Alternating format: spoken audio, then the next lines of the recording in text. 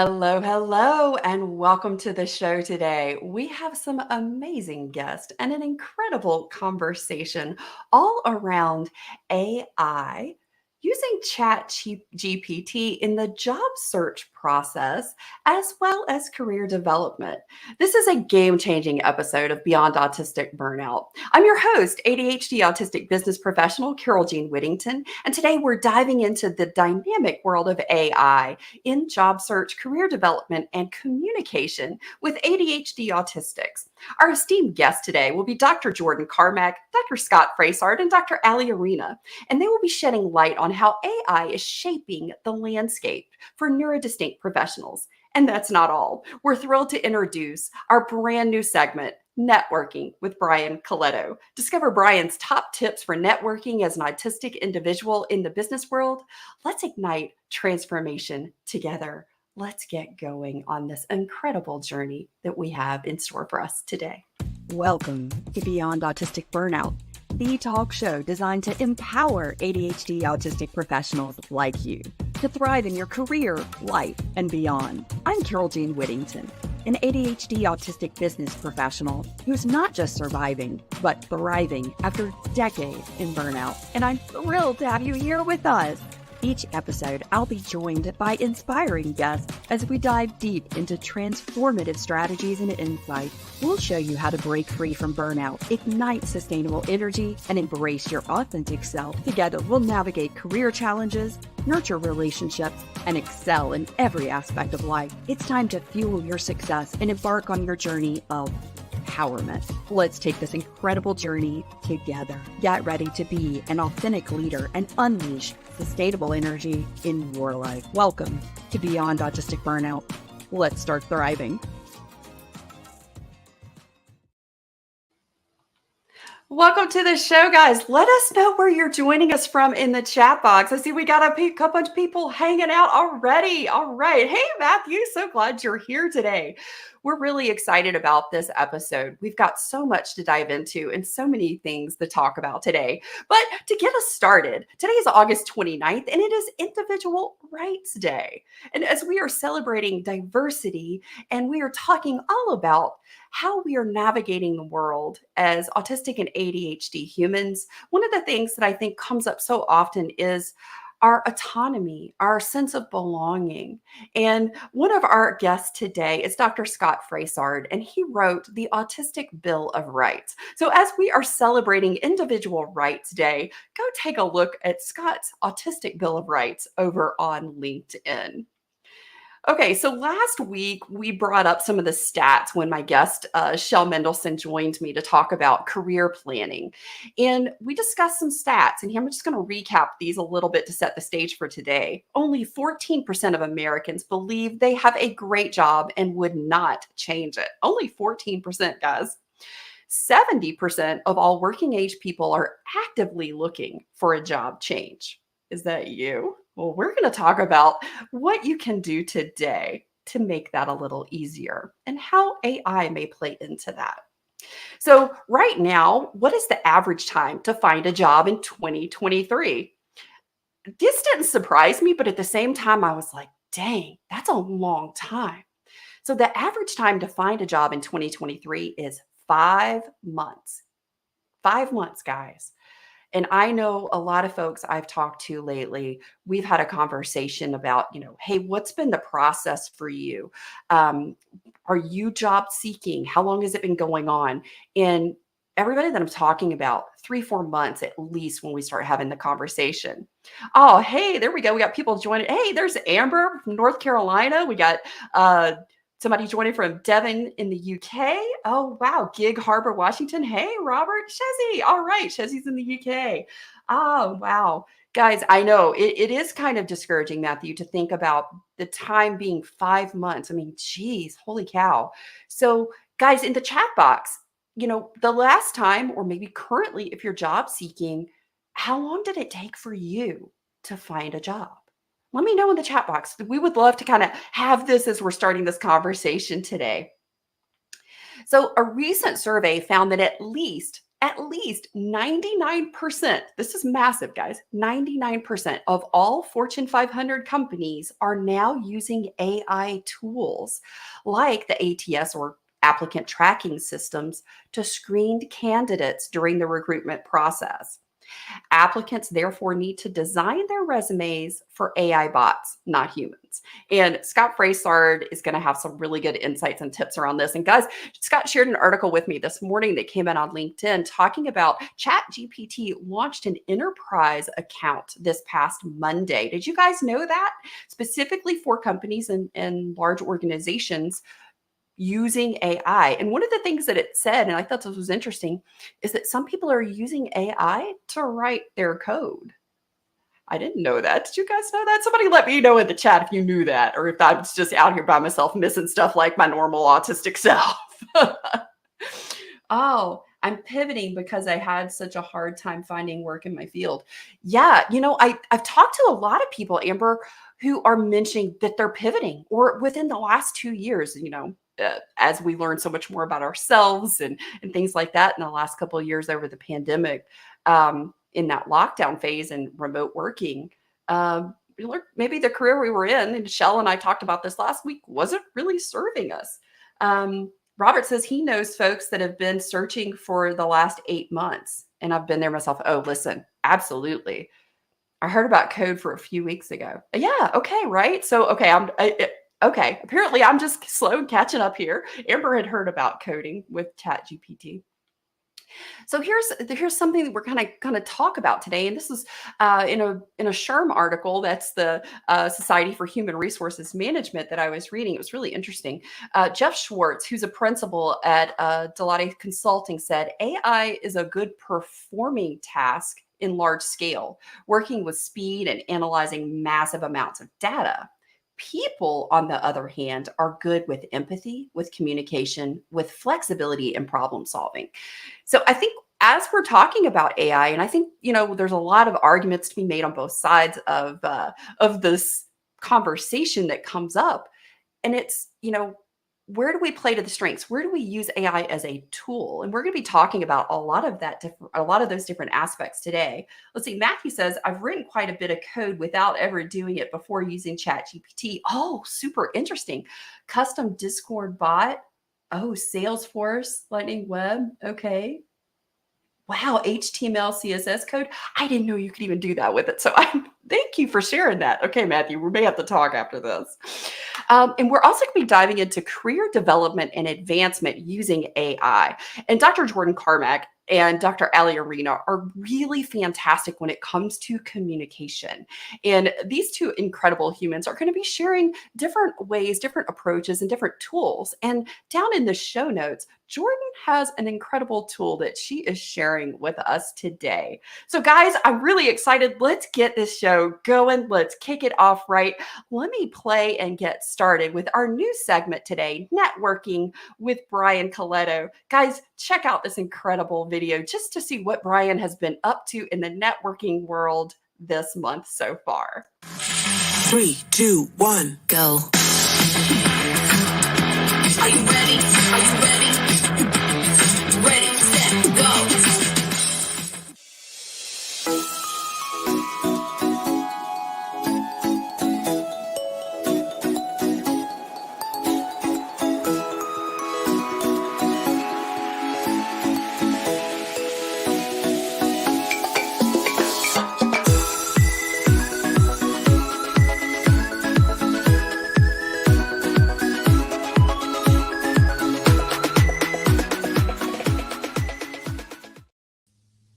Holy cow, my friend, you are a man on the go. Yeah. You totally are. Oh my gosh. You've had a busy month. You started at the car show. And how do you say that? Is it Metuchen High School? Metuchen. Metuchen. Okay. So the car show at Metuchen High School. Then you were moving into your next event, which was Princeton Mercer Regional Chamber at Stumpy's, where you were axe throwing. Oh my goodness. How did that go? Oh, it went really well. I've thrown at a Stumpy's before, not that one, but another one that's actually closer to me than that one. You were saying you'd visited 2 different Stumpies in New Jersey and had, tried them out. So how hard is the bullseye to hit with that? It is hard. Um, Unless are really good at technique, Mm. which I am not, um, then it's hard to hit the bullseye. I have been wanting to try that. We're gonna have to ask the guest panels if any of those guys have tried it yet, but I have really been wanting to try axe throwing, and I love that you have gone and you've done that a couple times. Then you moved on to, like, the Edison Food, Wine, Beer Festival. Oh my gosh, that looked amazing. You had a guy with a live parrot on his shoulder? How cool is that? Yeah, that was very cool. Um, I'm just glad they didn't get too close to me.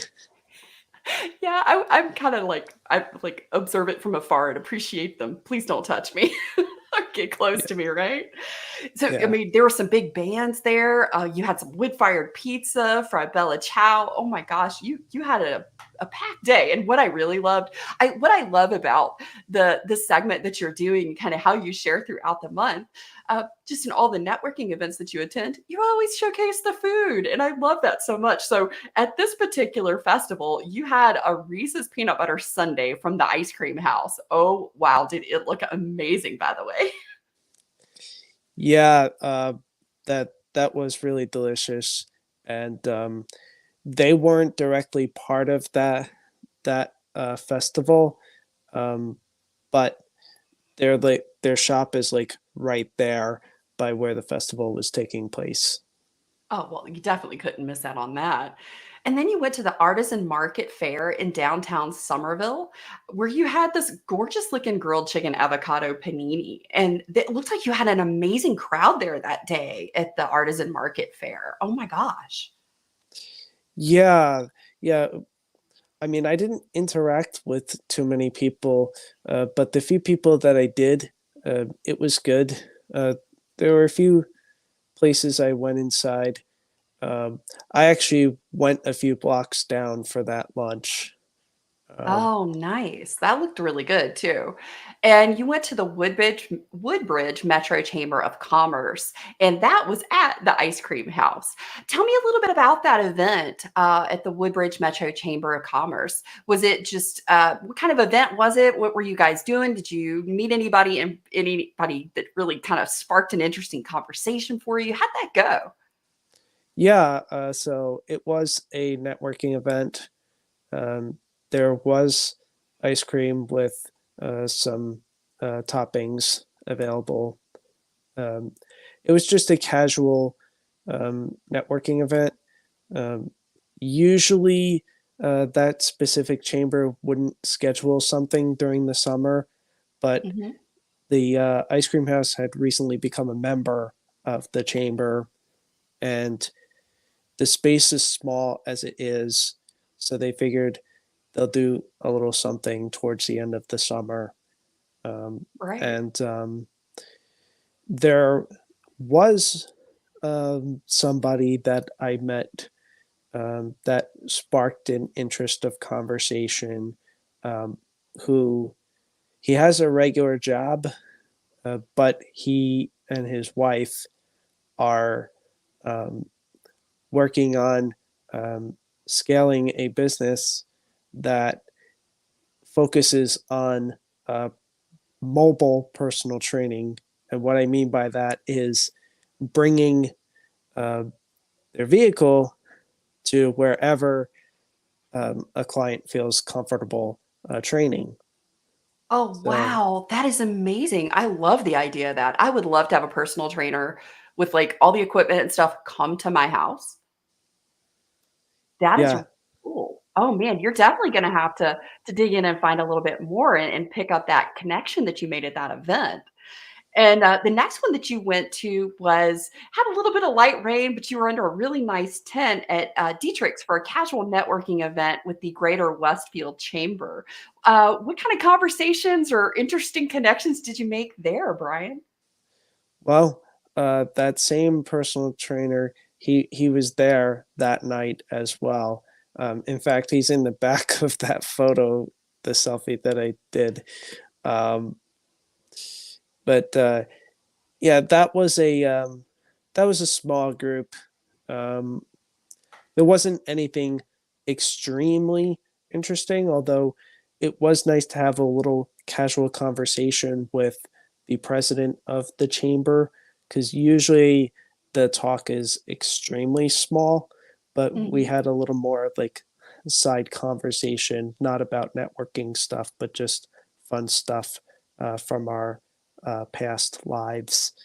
Um, Oh man, I love that. I love how you're connecting and how you're sort of developing relationships from one networking and chamber event that you go to the next. And I love that you kind of wrapped up the month recently with a day at the beach. And that's something that you said you hadn't done in about 8 years.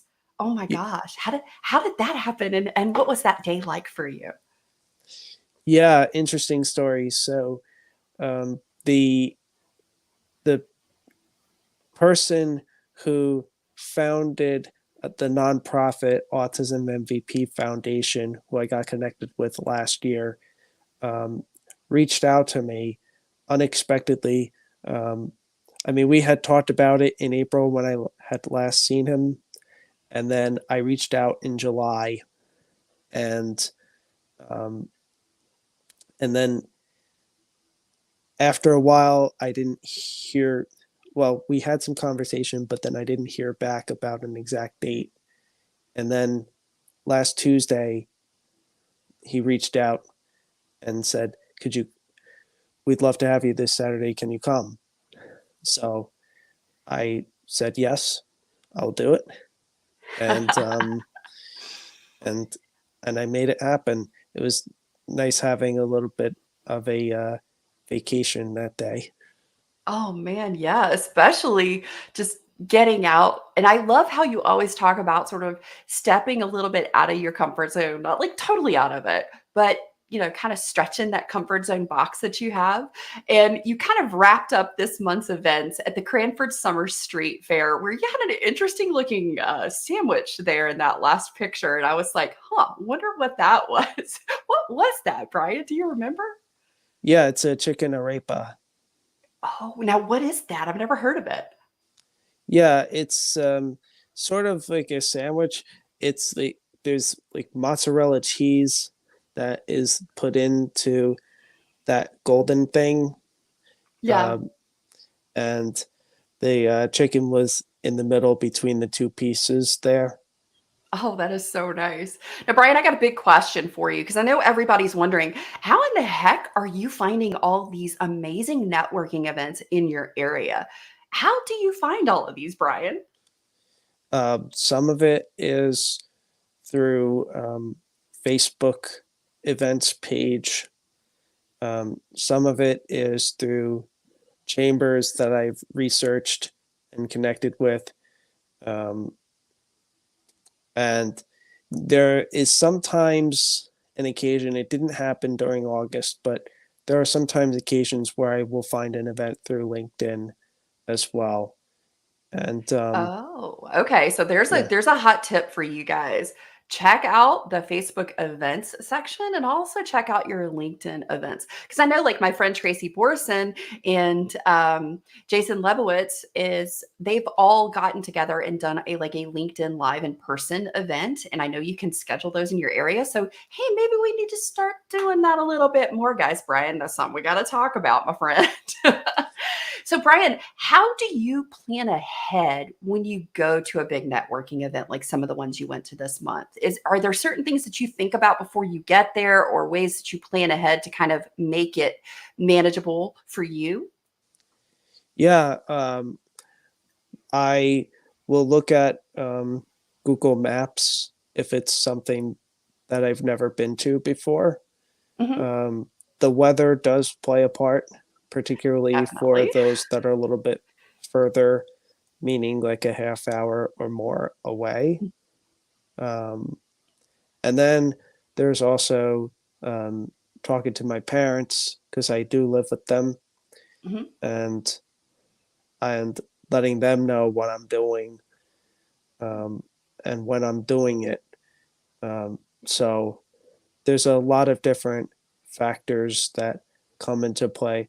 And then I also think about um, sort of planned out content in my head, particularly with when I'm doing autism videos, and just sort of preparing mentally for what I will see afterwards after I'm done and I'm physically by myself in this Right. space.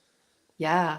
So, guys, drop in the chat. Let me know, share with us, all of us, because we're all trying to figure out better ways to find networking events that work for us, especially if we're job seeking or we're looking to do some career development, because this is not always the most comfortable space.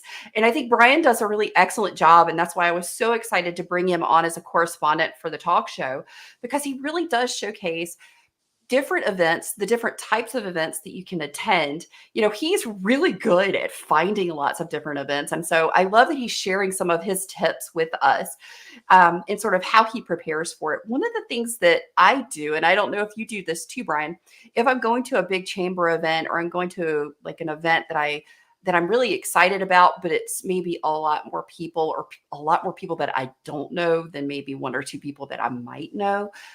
If I go to one that I don't know anybody, I usually try and make sure that I get there maybe a little bit earlier so that I can kind of get comfortable and get the lay of the land before lots of people show up. And then if it's something that I'm going to that's a big event, but I don't know a lot of people, but I might know one or two, I usually try to connect with one or two of people that I know will be there and arrange to kind of meet while we're there, to kind of like touch base at the front door or even make plans to, go grab dinner or something afterward together. That kind of helps me. I don't know if that's something that helps you. What would be like a tip that you'd share for ADHD and autistic professionals who are looking for networking events? What would you say would be your number one tip for them to try?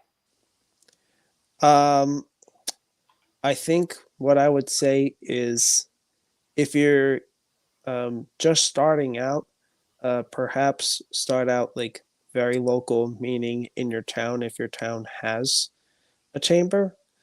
Um, I would also say make connections wherever you can. Um, you may sometimes be able to get some deals if you're worried about paying a lot of money. Um, so, and obviously, like don't tell everybody your deals. Um, to, but definitely, word of mouth connection is important. Um, and yeah, I usually always arrive early for networking events, unless I'm doing something like back to back or something. But usually I'm early for them, and I usually plan to stay until at least the end time, unless I have somewhere else to go. Um, I usually plan to stay to the end time at the very least. So this way, if you are, or if I am uh, struggling, or it just seems like nobody's interested in talking, then wait for it to die down and then really make an impact. Because I've Oh, I found that like that that tip. works That's a sometimes. really good tip. Like everybody shows up and it's really busy in the beginning and people are like popping and moving really quickly. But if you wait and kind of catch that in crowd, then you can have more connective conversation. Is that what I'm getting you telling me here? Yeah, Oh, I love that. And Amber dropped in the chat that should go to 20 or 35 events a week and hear about other events in those events. And then she would connect with them or start following them on LinkedIn. And from those connections, and then things just sort of started to start popping, I think is what Amber was kind of sharing with us. Brian, thank you so much for joining me and for kicking off this networking segment that you're going to do at the last Tuesday of every month so that we can see a little bit more and learn a little bit more about different ways to navigate networking. Thanks so much for being with us here today, Brian. thank you so much for having me, Carole Jean. I look forward to doing this again soon. All right. Well, we'll see you again at the end of September, my friend. Take care. Guys, oh my goodness. How amazing were those tips? And I mean, look at some of the incredible places that Brian went this month. And it just starts with just that one place and the connections and how everything just sort of, like Amber mentioned in the chat, how things just sort of start to organically grow from there. And if you're job seeking or if you're seeking some career advancement and development, that is a really one of the best things that we can do. So I'd like to move into our next segment here with our incredible guest. I'm thrilled to introduce our remarkable guest for today's episode. Joining us are Dr. Jordyne Carmack, a leadership and communication expert, Dr. Scott Frasard, an actually autistic psychometrician and neuroexistentialist philosopher, and Ali Arena, a neurodiverse couples therapist and conversational AI researcher. Their expertise is set to illuminate the impact of AI in job search, career development, and communication for our ADHD autistic community. Let's dive into this enlightening conversation with my incredible guest today. Hey, everybody, welcome to the show. Hey, Carole Jean. Guys, we got a pretty good hot topic here, don't we? For sure. What were your thoughts when you saw the average job search time is 5 months right now? Disappointing, but not shocked. I don't know if other people feel that way. Yeah, I'd have to agree. I definitely was not surprised by that. And so it was just a good reminder that for those that are looking for work, man, take a deep breath. It might be a hot minute before you find what you're looking for. And for me, I completely agree. It's actually less time on average than I expected, just given my own experiences the last couple of years and looking at the job postings on LinkedIn and seeing literally thousands of applicants. I definitely don't think there's a shortage of workers. There's a bottleneck in connecting workers with work. Oh boy, are you right about that? And I think maybe some of the bottlenecking is not just the volume that we're looking at that companies are getting for each job position posted, but I think it's maybe how we're going through that process, perhaps. And if we're looking at, one of the things that was pointed out was that AI is great at processing copious volumes of information, but that humans are still needed in that. And how do we navigate that? And I want to kind of jump in here as we start the conversation. What's the role that AI as a tool plays in our job search right now? Scott, why don't you kick us off and we'll move around to the ladies after. I actually took a lot of notes because I'm actually casually looking at myself. And the way I've used ChatGPT, especially, I think I'll call out a few of the big things that I think would be really helpful for others. There's a lot of information out there, like you had just said, just the volumes of job postings. Something that, as I was playing around, I found really interesting is to scrape the job posting, put it into ChatGPT, take my resume, put it into ChatGPT, and ask it to connect what's the job description asking for compared to what I have, and call out those major things and specific examples of how I meet or exceed their expectations. Oh, that's a good one. And It was that's interesting. actually helped. Oh, go ahead. I actually came across an article when I was kind of researching and pulling stuff up for this, because that's something that comes up a lot. And I love that you are kind of diving into this, Scott, because you're taking us in the direction my brain was kind of going. And it was, if it takes us 5 months and the volume of applications that we submit versus the conversion of either contacts or first interviews, that the percentage has been pretty low from the data that we've been collecting.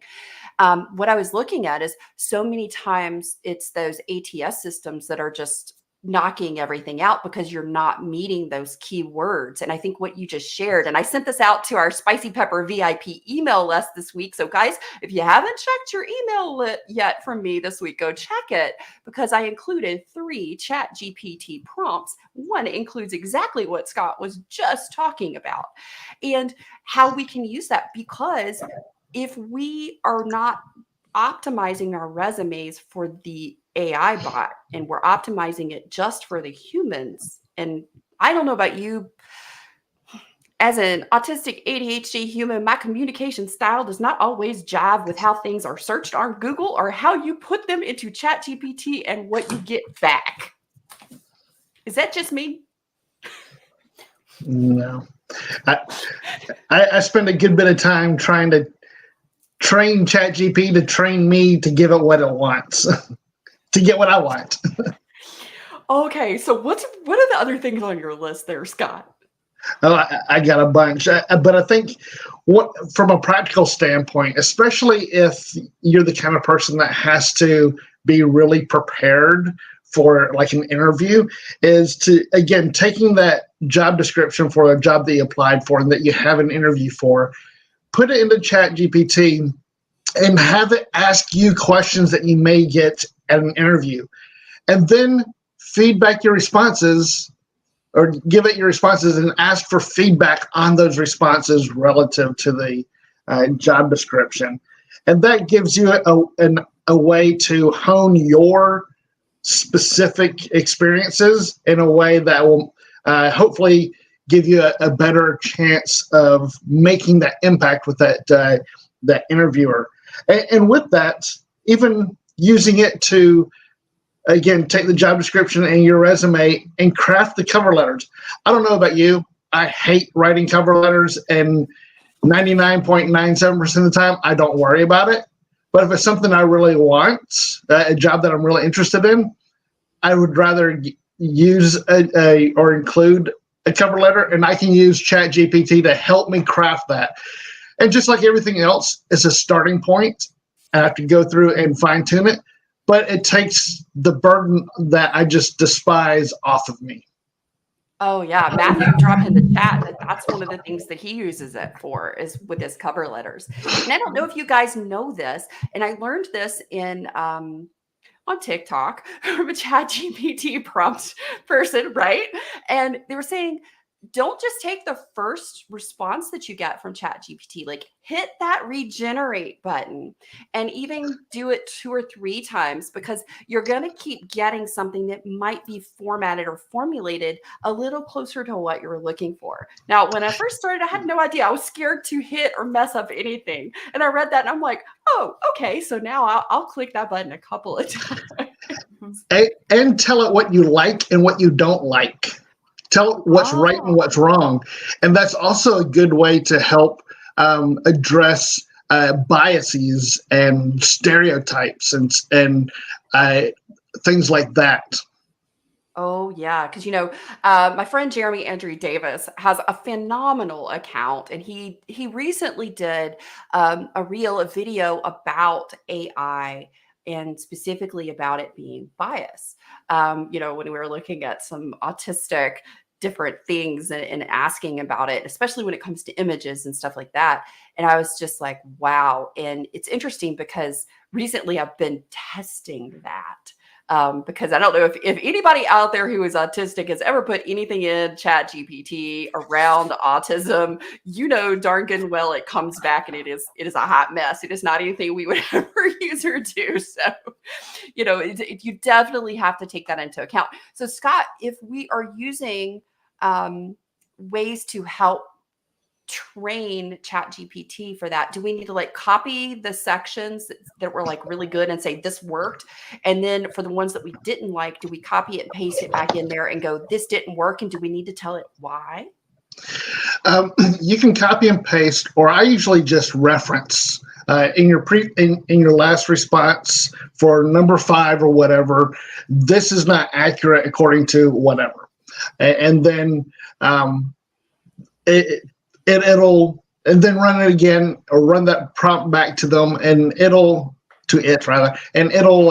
make some corrections. And over time doing that, especially within the same chat, it will really start to learn what's correct and what's incorrect. Oh, okay. Jordan, I'm going to kick it over to you. What are your thoughts? What are your insights, tips, or suggestions when we're talking about AI in that job seeking segment and Yeah. communication? Because that's sort of your zone of genius, girl. Oh, well, I don't know if I would claim that a zone of genius, but I definitely certainly love to talk about communication. What I love about generative AI like ChatGPT or Claude or some of these, or Google's Bard, there's a variety of these language models that are out there, is that they can become a partner in your communication process. And so I love what you guys are talking about in terms of prompt engineering.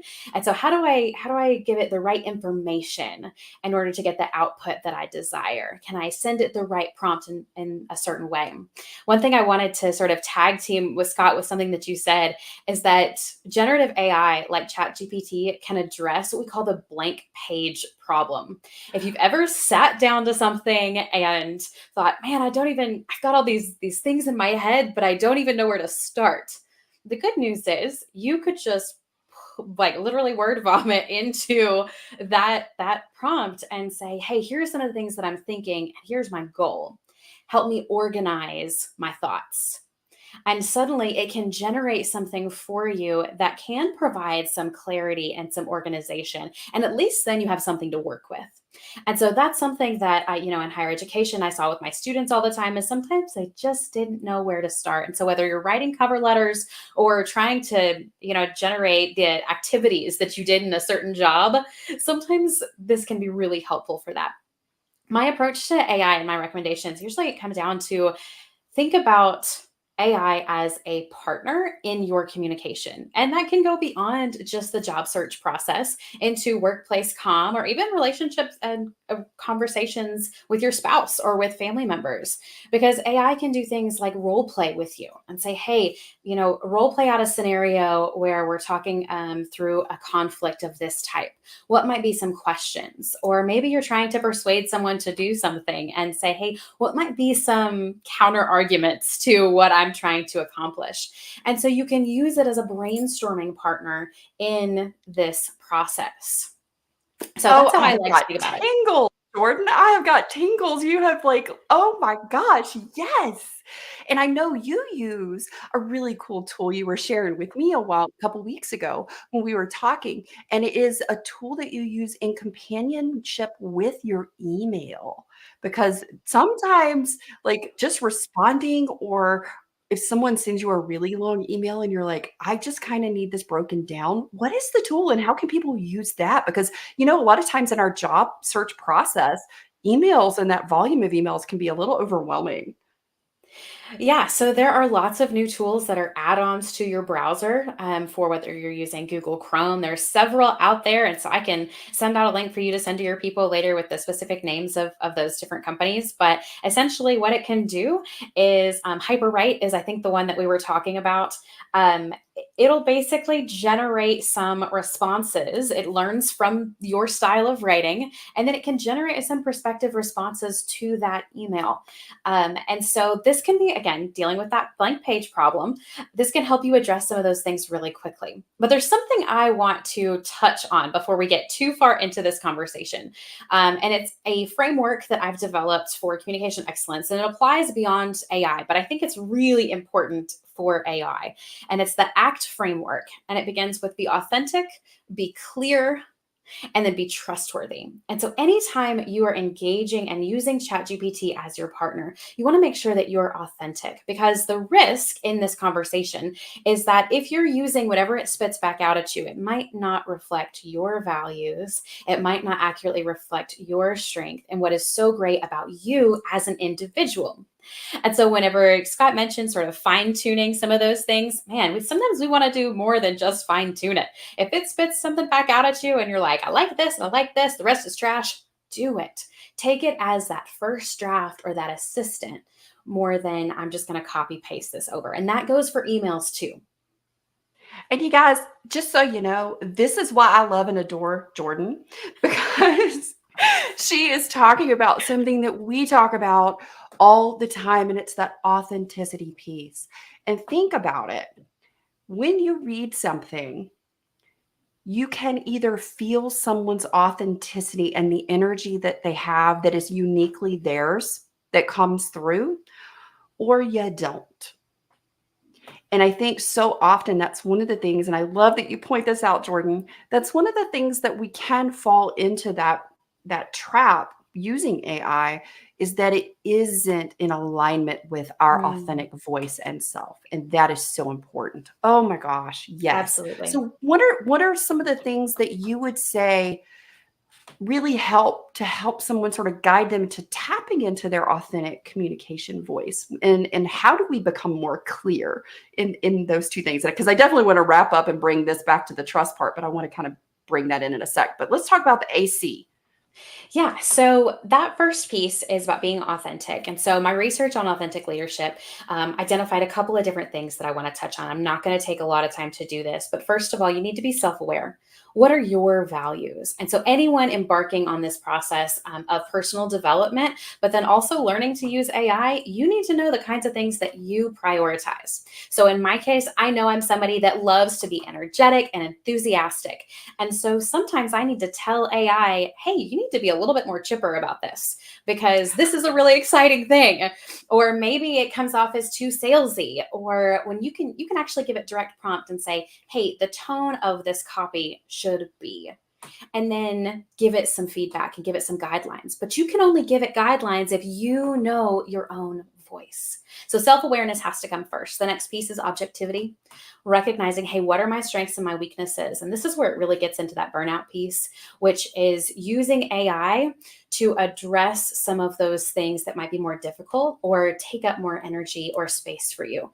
Can you automate some of those activities like emailing that give you more time to do what you love, or maybe don't take up quite as much energy? So self-awareness and objectivity, and then transparency, because whenever you're using these AI tools, there's a study that came out back in April using smart replies that are on our phones, right? You're doing your text message and it pops up and says, hey, maybe this word next, maybe this word next. Well, what the study found is it did improve relationships because communication got faster and people like feeling like they're a priority, right? When the communication happens quickly. But as soon as they found out that person was using smart replies, it began to feel inauthentic. And so remembering that transparency needs to play a role here. If it is completely AI generated content, you might think about whether that needs to be disclosed or not. You might think about, hey, maybe I want to provide some guidance, or I need to tinker with this more, because ultimately you want to make sure that what you're putting out there with your name on it, including your resume, including your cover letter, sounds like you and is authentically you. Oh man, those are some powerful tips and insights and just lenses to put on as we're approaching this topic and using this tool in our life. Oh, Allie, I know you got thoughts, and you and I both have talked about the blank page problem. And when Jordan was saying that, you and I are both like nodding ferociously. I mean, I know you have really been diving into prompt engineering and AI tool creation. I mean, you have dived in and like taken all kinds of classes and all kinds of stuff. What kind of things are coming up for you for this conversation that you'd love to share? Well, I kind of want to piggyback on what Jordan just said, because I've seen with the new school year, I work with some students and they literally check if their teachers write emails that through ChatGPT. And then I will say they disrespect them immediately. Like they find it lazy. So it is something to be aware of. Like people are looking and checking, like how often are you using these tools? So everything everyone said, I completely agree with Scott. I use it the exact same way. I'm also kind of job searching myself. And Jordan, I just loved what you said about the authenticity, because you're right. When I initially started using it, I sounded very business-like, which is not me. Like I don't have a corporate tone, and I had to really like teach it and keep going through. And I didn't even know you could do that for a while. So that's made a huge impact.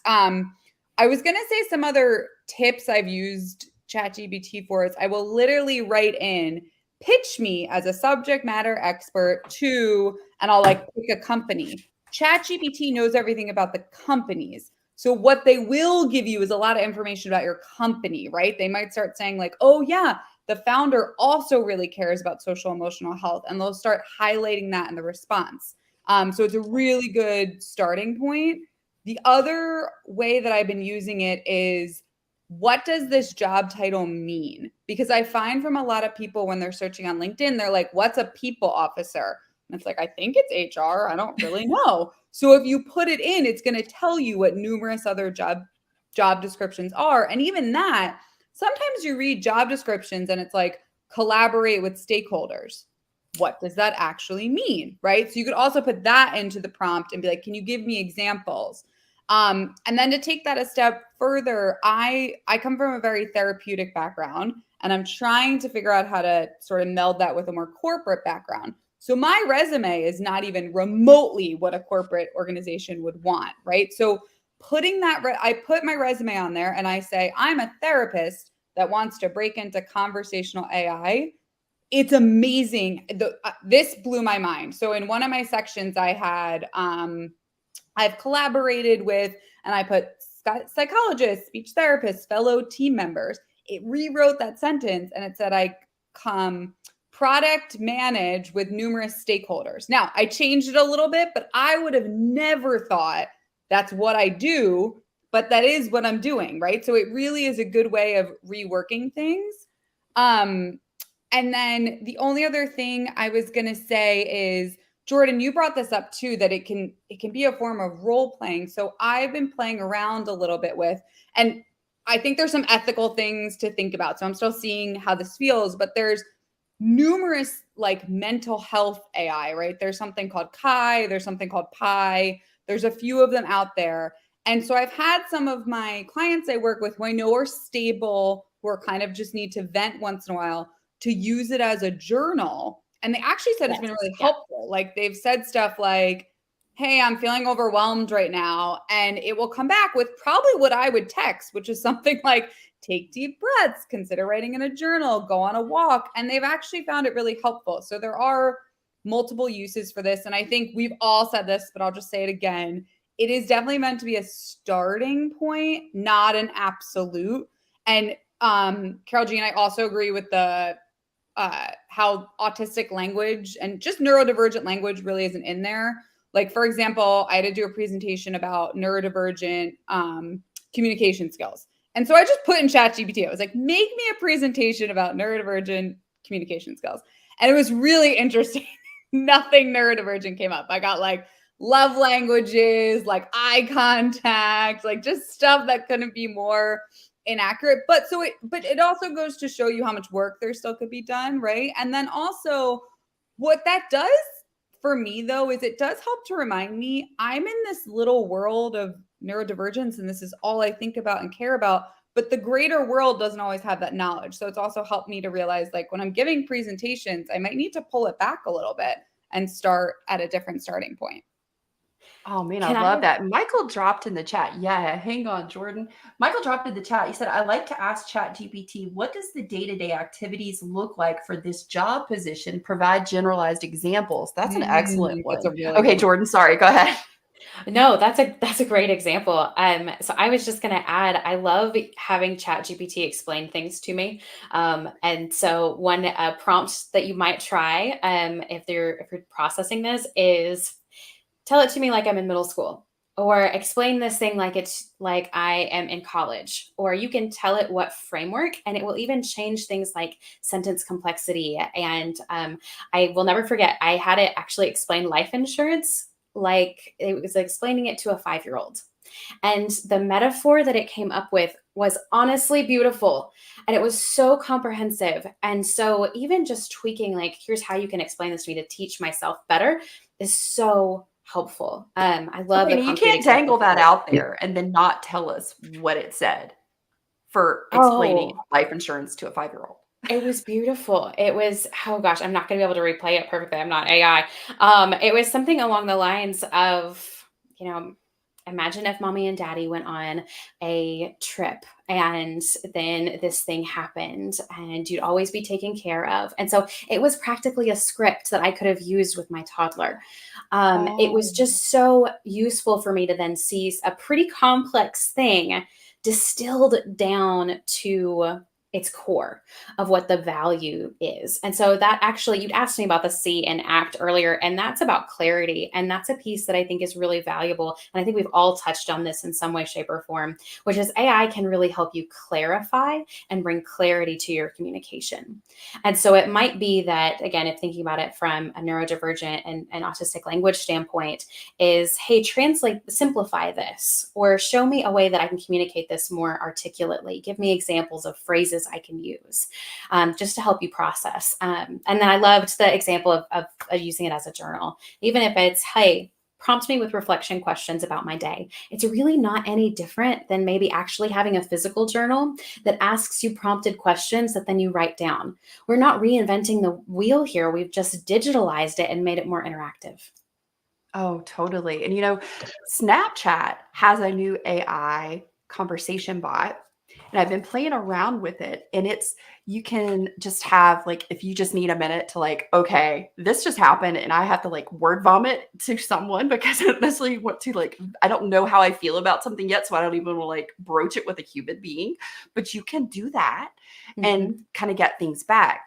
And I think, as we're also kind of moving into this last part about professional development and trust and how does that authenticity play in, we also have to talk about the stress level and the burnout level that comes in the job search process. It's stressful as all get out because in so many ways it is deeply personal in the sense that it can feel, especially if you are, you have a rejection sensitivity. This is like really tough. It can verge on very traumatic for a lot of people. And what are some things that we can do? And Allie, I think you probably, and Scott and Jordan, I want everybody's kind of input on this one. What are some things that we can do to care for ourselves in this process? Because it's not an easy place. Because, when there's financial strain, when you're constantly feeling like you're pivoting and trying to figure out how to navigate, how does my resume match up best? Or if I'm in a job and I'm trying to grow my career and move up the ladder and get promoted and maybe even change departments or something like that, how am I caring for myself in this process? Scott, what are some thoughts you have on this? The first thing that came to my mind is what everyone's called out, that this is a start. You don't want to take the first thing that it gives back as the gospel truth. But with that, and it's clear in my mind that I can say out loud, so bear with me there. But I think it's really important for the self-care is to not get so into ChatGPT or whatever AI tool that you spend hours and hours and hours and hours and you're totally disconnected. So give yourself a limit. And I'll be the first one to say, especially when it first came out and I started using it, I was on it all the time. And next thing I know, I'm like, crap, I'm late to go to bed, so to speak. But because generative AI, especially ChatGPT, this is the next way to interact with our computers, and prompt engineering is that new skill. I think it's really important to embrace that, but at the same time, don't let it become everything that you are about and everything that you do. So long story short, give yourself that separation and take what you learn from it and put it into real life. Yeah. Thank you, Scott.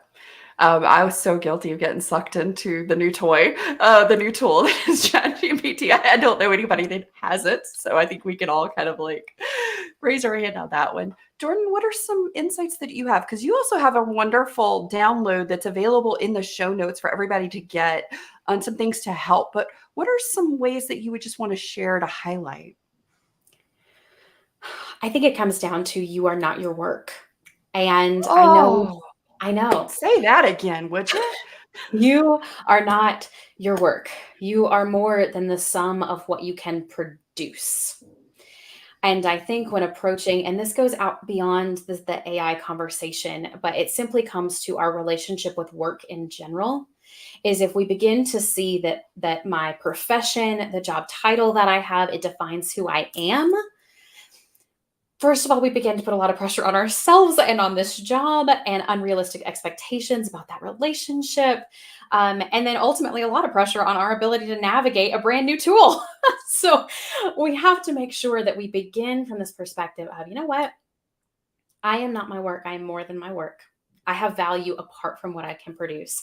And so if we come at the job search process with that at the heart, then when we do face rejection, we have that resilience to keep moving forward. I love what Scott said, setting good boundaries with the AI tools so we don't spend a lot of our time to the neglect of other things that are important to us, or the things that bring us joy or fill us back up at the end of the day, because it's a draining process. So I really just wanted to say that to begin with as a sort of perspective as we approach work. And so there's a lot more being said about that in terms of work not even really being your family, and it shouldn't be your family. It should be about something different. As far as different strategies, so I do, in that download, I've got 5 different strategies that I think are helpful for just really maximizing your communication effectiveness. Things like using AI as a role play tool. Again, as a starting point, it's not perfect. We have to remember that it is trained on a data set that humans gave it, and humans are not perfect. So we have to be really careful with using that, but it can be a starting point. And so that's just one of several strategies on there. But you can use it to help provide counter arguments. Like I mentioned, it can help you clarify. It can help you organize your thoughts. For example, you could say, hey, generate a 1 minute, or write a 1 minute speech for me on this subject, and then give me outlines. What are the big ideas I need to remember? And then maybe you use the outline. You don't use the script. And then ultimately, if it can help you build trust, it can help you communicate in the language of the person you're talking about. When you guys were talking about that transition into corporate culture, I'm doing more of that as I'm working both in one foot in higher ed and one foot in corporate. Learning the language differences, ChatGPT can do that. And whenever you learn to speak someone else's language, that can build a foundation of trust. Ooh, I love that, because not only are we looking at how do we build a foundation of trust in our communication with those in our lives, but how are we also building that within ourselves and our relationship that we have with ourselves? How are we communicating with ourselves? And I think you touched on such an important part there in this process, whether it's career development and advancement, or if it's job seeking. When we're in a place where maybe we're pivoting, maybe we're changing jobs, going from one sector to another. And we are not defined by our job title. And, so often we get caught in that. We get caught in the title that we have. We get caught in the digits in our bank account, and that defining our worthiness. And what are we doing in that process? Because that can break down and erode the trust we have within our personal relationship to ourselves. And that's so critical. Allie, what would you say? What are some ways that we can care for ourselves in this process? I think just, one that I've seen a lot of people work through, and it's important, is an acceptance that this is challenging, right? We are in a world where the market is saturated and numerous people are applying. So I think just having an implicit understanding of that, and then also accepting the reality, because for a lot of people, it's not a fun reality, but you do have to literally tweak your cover letter and resume for every one of these jobs. And that's a really hard pill to swallow when there's buttons like easy apply, which aren't going to help you. About 100% is going to sort you out. So it's probably not worth your energy to look at it that way. And when you come in a little bit more like, this is what it's going to take, this is what I'm doing, you can then work backwards and start to think about, well, how much care do I need to be giving myself to be able to come fully to do this? And also we saw 5 months. It's a journey. And there are people out there who want to support and help you. And I think not to underestimate, and ChatGPT could do this for you too, just messaging, networking, you can even put into ChatGPT, ways to improve my LinkedIn, skills relevant to have on LinkedIn, right? These other things really matter, because let's say you get past that initial bot, then a human's going to start looking at stuff. And that's when it, then it starts a lot of this back and forth interaction. And that part's typically, most people enjoy that, right? Because they get to be more authentic and it feels like they can form a relationship. And Jordan, you said it beautifully. A job is not your worth. And a lot of times, I want people to hear this, people are putting up a job post because they have to, but they're already going to hire internally. So like you feel like you got rejected, but you actually didn't have a chance. You're not going to know this, but I think it's just really important to remember that. Like there is a lot in the background that you were unaware of. Yeah, absolutely. Yep. Scott, you had something pretty cool, and Allie did too, that you guys both had kind of shared with me.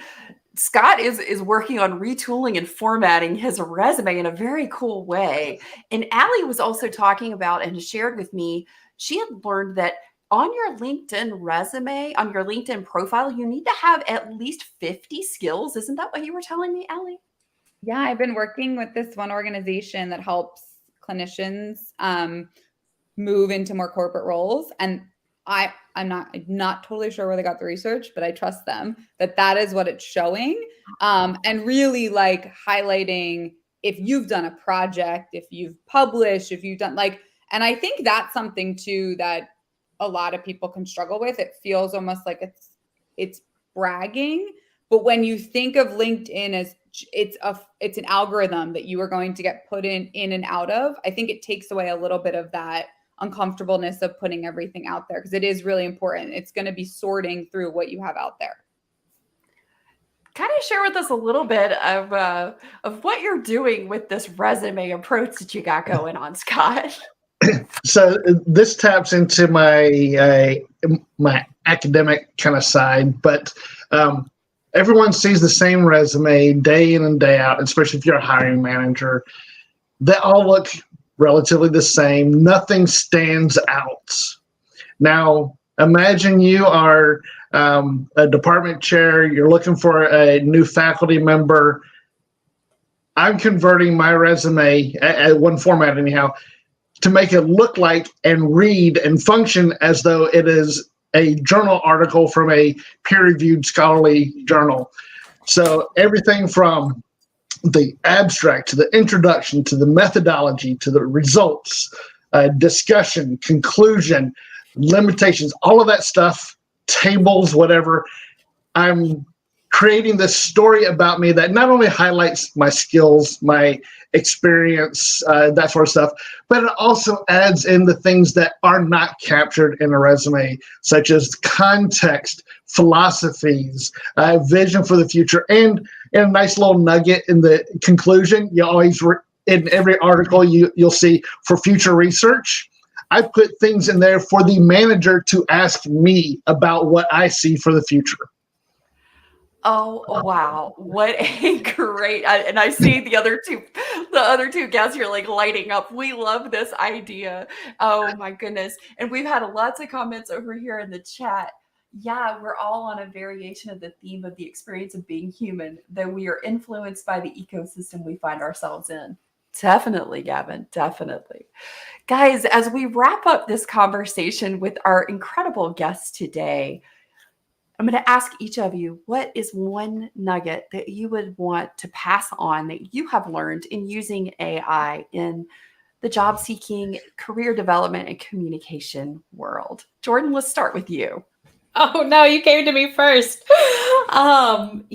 Is as part of this process, I think the thing that I would say is most valuable is remembering that there is a human on the other side of even the applicant tracking system.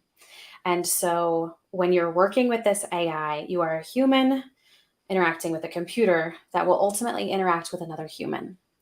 And so that human heartbeat, that center of that, whether it's your resume, your cover letter, even if you're helping it, come up with answers to interview questions, the human has to be at the center, because whenever the other human on the other side of that system sees it, they will recognize each other. And that's whenever you connect. That's when you find great organizational fit.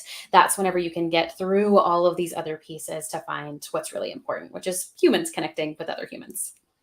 I seriously need to upgrade somehow and get like the fireworks button to play for stuff like that. Like that was fireworks kind of stuff. That was so good. Oh my gosh. Thank you for that, Jordan. Allie, what would you add to this to kind of share with someone? I agree, Jordan. That was so like heartfelt. Like I really, it's very true. I was gonna say honestly that ChatGPT can be a wonderful collaborative companion.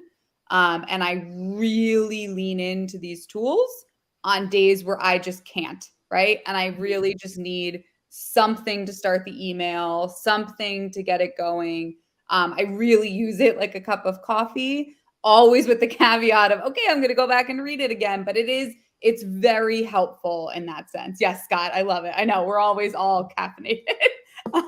But yes, so just to remember, like it is there, use it. It is out there. Other people are using it, right? So I think that's important to remember. Like I wonder how much productivity standards are going to shift with this because so many people are using it, right? So to remember that like it is a tool that is there for your use.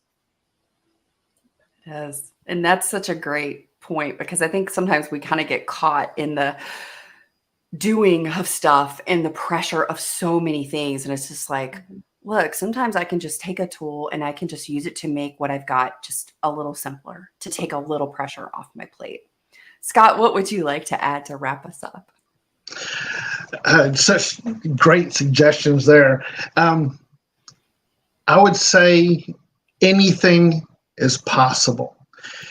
Just because maybe you haven't used all of the capabilities of OpenAI, which none of us ever will, if you could possibly think it, and even things that you can't think are possible, give it a try.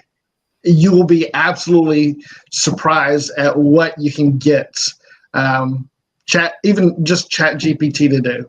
And there's new plugins coming out constantly, both within that, but also the tools that we regularly use. Just give any idea that you have, not only give it a try, but ask it what other ideas it can think of. Oh, I always love that. Guys, I hope that this conversation has been a blessing to you today, has helped you look at the tool of AI as just that, a tool. Because as Jordan pointed out, we are one human using a tool in order to connect with another human. Ultimately, the goal is that we are connecting one human being to another, but we're using AI tools to sometimes make that translation, that communication, and that connection a little bit faster or more efficient. And how can we do that in our job seeking, in our career development, and also just in our daily life? Because ultimately, these tools can help save us time. But like Scott mentioned, we've all gotten sucked into playing with the new tools. So how are we setting boundaries with ourselves? How are we being aware of where our energy is going? What is our thought energy and our emotion energy around where we are? Specifically, if you are job searching, or if you're in a job and you've been at that job and you feel like I have been here and other people have gotten promoted or they've moved and I haven't, and you're starting to feel that heavy feeling, that costs a lot of thought energy. That costs a lot of physical and emotional energy, guys. And it's one of the things that will keep you in burnout or send you deeper into burnout when you're not checking in with it. And in this process, that's one of the things that I think all of us want to impart to you today is this is just a process. It's part of navigating life, but your heart, your health, and your well-being is the most important. And how can we use tools to make that better? And how can we make sure that we set healthy boundaries with those tools so they don't make it worse? Guys, stick around. I have a bit of a gift for everyone, a preview of the first section of the introduction to my new book, Unleashing Sustainable Energy. So stick around. Thank you to all of our guests today, Scott, Jordan, and Allie. You can find all of their connection information down in the show notes below. Jordan is a phenomenal leadership coach. If you need someone, she is your go-to girl. If you need any type of assistance, direction in coaching, therapy, and otherwise, Scott and Allie are your people.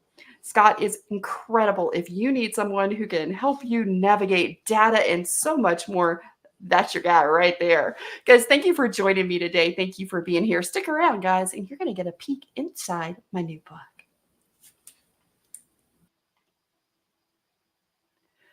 Wow, what an incredible episode. I love getting to spend time with all three of them.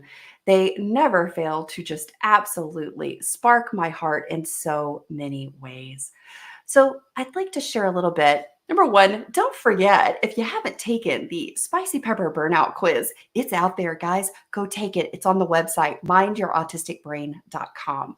This is a little sneak peek at it. And the upcoming book, Unleashing Sustainable Energy, publishes this Friday by Hyperlexic Publishing, September the 1st. And here's a little peek inside. Not only does it come in an easy to read Open Sans font, it also comes in Open Dyslexic font. How incredible. And it also comes with the audio version and a video version with closed captions.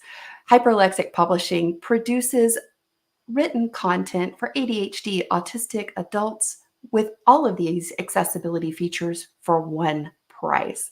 All right, let's dive into this incredible preview of my book.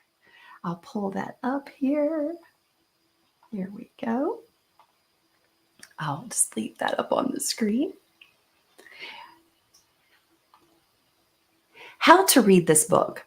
This book exists for two reasons. Reason one, so that you will use the unveiling method to live your best thriving life and will engage me and my team to help you more strategically apply what you learn in this book.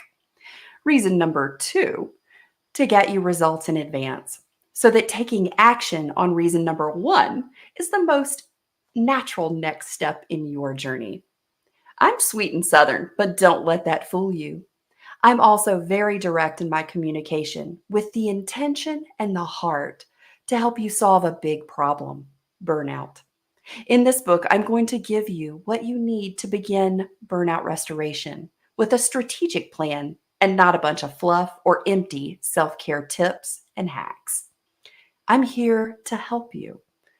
To do that, I have structured this book as follows.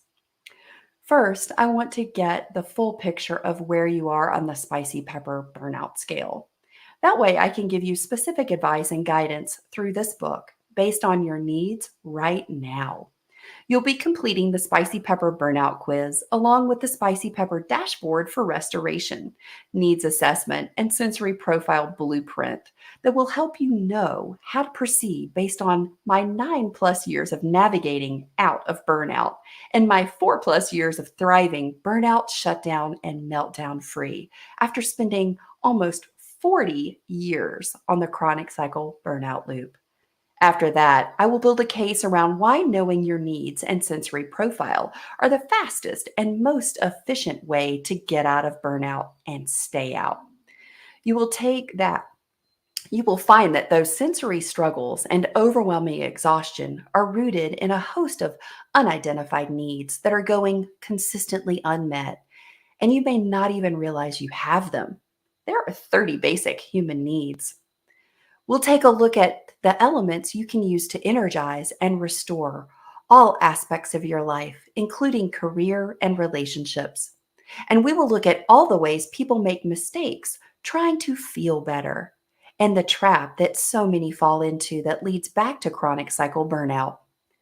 Next, I will share with you all the steps and elements included in the unveiling method from foundation to rooftop.